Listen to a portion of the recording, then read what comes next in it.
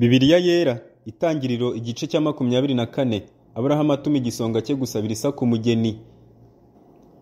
Aburahamu yari ashaje ageze mu zabukuru, kandi Uwiteka yari yarahaye Aburahamu umugisha kuri byose. Aburahamu abwira umugaragu we umukuru wo mu rugo rwe wategekaga ibye byose ati, ndakwinginze shyira ukuboko kwawe munsi y'ikibero cyanjye, nanjye ndakurahiza Uwiteka niwe Mana nyir'ijuru niwe Mana nyir'isi, yuko utazasabira umwana wanjye umunyakananikazi abo ntuyemo, ahubwo uzajye mu gihugu cyacu kuri bene wacu usabire umwana wanjye Isaka umugeni. Uwo mugaragu aramusubiza ati, ahari umukobwa ntazemera ko tuzana muri iki gihugu, byaba bityo naba nkwiriye gusubiza umwana wawe mu gihugu wavuyemo? Aburahamu aramusubiza ati, wirinde gusubizayo umwana wanjye. Uwiteka Imana nyir'ijuru yankuye mu nzu ya data no mu gihugu navukiyemo, ikambwira indahiro iti, urubyaro rwawe nzaruha iki gihugu, iyo niyo izatuma marayika wayo akujya imbere, nawe uzasabire umwana wanjye umugeni. Kandi umukobwa yaramuka yanze, ntuzafatwa n'iyi ndahiro undahiye. Icyakora ntuzasubizeyo umwana wanjye. Uwo mugaragu ashyira ukuboko munsi y'ikibero cya Aburahamu shebuja, arabimurahira. Uwo mugaragu ajyana ingamiya 10 zo mu ngamiya za shebuja, agenda afite ibyiza bya shebuja by'uburyo bwose, arahaguruka ajya muri Mesopotamiya, agera ku mudugudu w'Abanahori.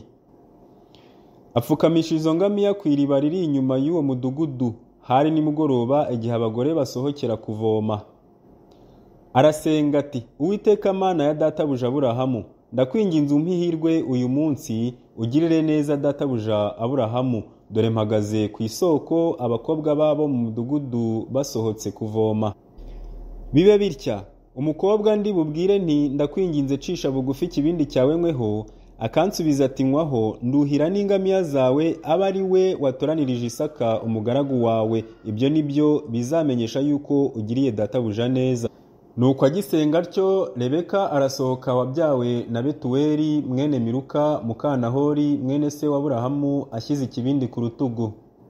Uwo mukobwa yari umunyagikundiro cyinshi kandi yari umwari, nta mugabo wigeze kuryamana nawe. Aramanuka ajya ku isoko, aravoma, arazamuka. Uwo mugaragu arirukanka aramusanganira, aramubwira ati, ndakwinginze mputuzi mu kibindi cyawe nkweho. Aramusubiza ati, databuja nkwaho. Atengamatira vuba ikibindi cye, aramuha, aranywa. Amaze kuyamuha aramubwira ati, nduhira n'ingamiya zawe zeguke. Ayasuka vuba mu kibumbiro, arirukanka yongera kujya ku iriba kudahira. Adahirira ingamiya ze zose. Uwo mugabo amwitegereza acecetse, kugira ngo amenye yuko Uwiteka yahaye urugendo rwe amahirwe cyangwa ataruyahaye. Nuko ingamiya zimaze kweguka, uwo mugabo yenda impeta y'izahabu, kuremera kwayo kwari nk'igice cya shekeri, n'ibimeze nk'imiringa 2 byo kwambara ku maboko, kuremera kwabyo ni shekeri 10 z'izahabu, arabimwambika. Aramubaza ati, uri mwene nde? Ndakwinginze mbwira, kandi kwa so hari aho twarara? Aramusubiza ati, ndi mwene Betuweli wa Miluka na Nahori. Kandi ati, dufite inganagano n'ibyo kurya bihagije, kandi dufite n'aho kubaraza. Uwo mugabo arunama yikubita hasi asenga Uwiteka ati, Uwiteka himbazwe, Imana ya databuja Aburahamu, itaretse kugirira databuja imbabazi n'umurava, nanjye Uwiteka nyoboye inzira ijya kwa bene wabo wa databuja. Uwo mukobwa arirukanka abwira abo mu nzu ya nyina uko byabaye. Kandi Rebeka yari afite musaza we witwa Labani. Labani uwo arasohoka ajya gusanganira uwo mugabo ku iriba.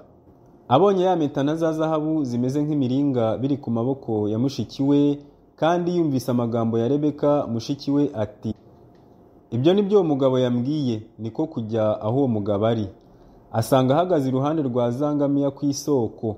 Aramubwira ati, ngwino winjire, uhiriwe ku Uwiteka. Niki kiguhagaritse hanze? Ko niteguye inzu n'ikiraro cy'ingamiya. Uwo mugabo yinjira mu nzu. Labani akura imitwaro kuri izo ngamiya, atanga inganagano n'ibyo kurya by'ingamiya, n'amazi yo kumwoza ibirenge n'ayo koza ibyabo bari kumwe. Bamuzanira ibyo kurya, maze arababwira ati, sindya ntaravuga ubutumwa. Labani aramubwira ati, buvuge. Aramubwira ati, ndi umugaragu wa Aburahamu, kandi Uwiteka yahaye databuja imigisha myinshi, ahinduka umuntu ukomeye, kandi yamuhaye imikumbi n'amashyo n'ifeza n'izahabu, n'abagaragu n'abaja, n'ingamiya n'indogobe. kandi na Sara muka databuja yamubyariye umuhungu akecuye, niwe yahaye ibye byose. Kandi databuja yarandahirije ngo ne kuzasabira umwana we umunyakananikazi abatuyemo, ahubwo ngo nzajye mu nzu ya se no muri bene wabo ngo abe ari bo nsabiramo umwana we. Mbwira databuja nti, ahari umukobwa azanga ko tuzana. Aransubiza ati, Uwiteka ngendera imbere, azatuma marayika we ngo ajyane nawe, azaha urugendo rwawe ihirwe, maze nawe uzasabira umwana wanjye umugeni wo muri bene wacu mu nzu ya data. Nugera kuri bene wacu nibwo utazafatwa n'indahiro nkurahije. Baramuka bamukwimye ntuzafatwa n'indahiro nkurahije. Maze uyu munsi ngera ku isoko ndasenga nti, Uwiteka Mana ya databuja Aburahamu, niba uhaye urugendo ngende ihirwe, dore mpagaze ku isoko bibe bitya. Umukobwa usohoka kuvoma nkamubwira nti, ndakwinginze mpa utuzi ku kibindi cyawe nkweho, akansubiza ati, nywaho ubwawe kandi nduhira n'ingamiya zawe, aba ari we uba umugeni Uwiteka yatoranirije mwene databuja. Ngisengera mu mutima wanjye, Rebeka asohoka ashyize ikibindi ku rutugu, aramanuka ajya ku isoko aravoma. Ndamubwira nti, ndakwinginze mpa nkweho. Acisha bugufi ikibindi n'ingoga agikuye ku rutugu rwe, arambwira ati, nywaho nduhira n'ingamiya zawe. Ndanywa kandi yuhira n'ingamiya zanjye. Ndamubaza nti, uri mwene nde? Aransubiza ati, ndi mwene Betuweli wa Nahori na Miruka. Mpera ko nkatira impeta ku zuru rye n'imiringa ku maboko ye. Ndunama nikubita hasi nsenga Uwiteka, mpimbaza Uwiteka Imana ya databuja Aburahamu, yanyobeye inzira ikwiriye ngo mboneremo umukobwa wabo wa databuja musabire umwana we. Nuko nimushaka kugirira databuja neza, ntimumurerege, nimumbwire. Kandi nimutabyemera, nimumbwire nanjye mpindukire nge iburyo cyangwa ibumoso. Labani na Betuweli baramusubiza bati, ibyo biturutse ku Uwiteka, nta kindi tubasha kukubwira ari cyiza ari n'ikibi. Dore Rebeka ari imbere yawe, mujyane abe muka mwene shobuja nk'uko Uwiteka yavuze. Umugaragu wa Aburahamu yumvise amagambo yabo, yikubita hasi aramya Uwiteka. Uwo mugaragu azana ibintu by'ifeza n'iby'izahabu n'imyenda abiha Rebeka, kandi ahana musaza we na nyina ibintu by'igiciro cyinshi.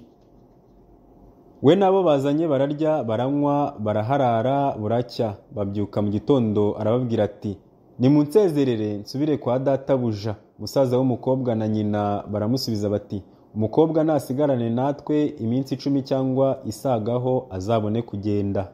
Arabasubiza ati, mwintinza kuko Uwiteka yahaye urugendo rwanjye ihirwe, nimunsezerere nsubire kwa databuja.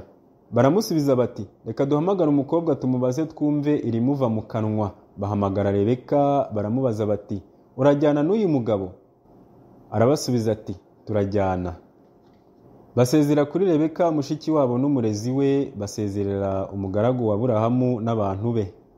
Bifuriza Rebeka umugisha, baramubwira bati, mushiki wacu uzabe nyirakuruza w'abantu inzovu 1000, urubyaro rwawe ruzahindura amarembo y'abanzi barwo.